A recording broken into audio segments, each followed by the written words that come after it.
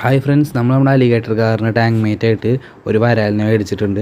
മേടിക്കില്ല, നമ്മുടെ കടയിൽ സ്റ്റോക്ക് വന്നപ്പോൾ അതിനൊരെണ്ണത്തിന് ഞാൻ തൂക്കിയിട്ടുണ്ട്. അപ്പോൾ നമ്മളത് ടെമ്പറേച്ചർ കറക്റ്റാക്കാൻ വേണ്ടി വെച്ചിട്ട് നമ്മളതിനെ ടാങ്കിലോട്ട് റിലീസ് ചെയ്യാണ്. അപ്പോൾ ഇത് തമ്മിൽ എന്താവുമെന്ന് അറിയില്ല.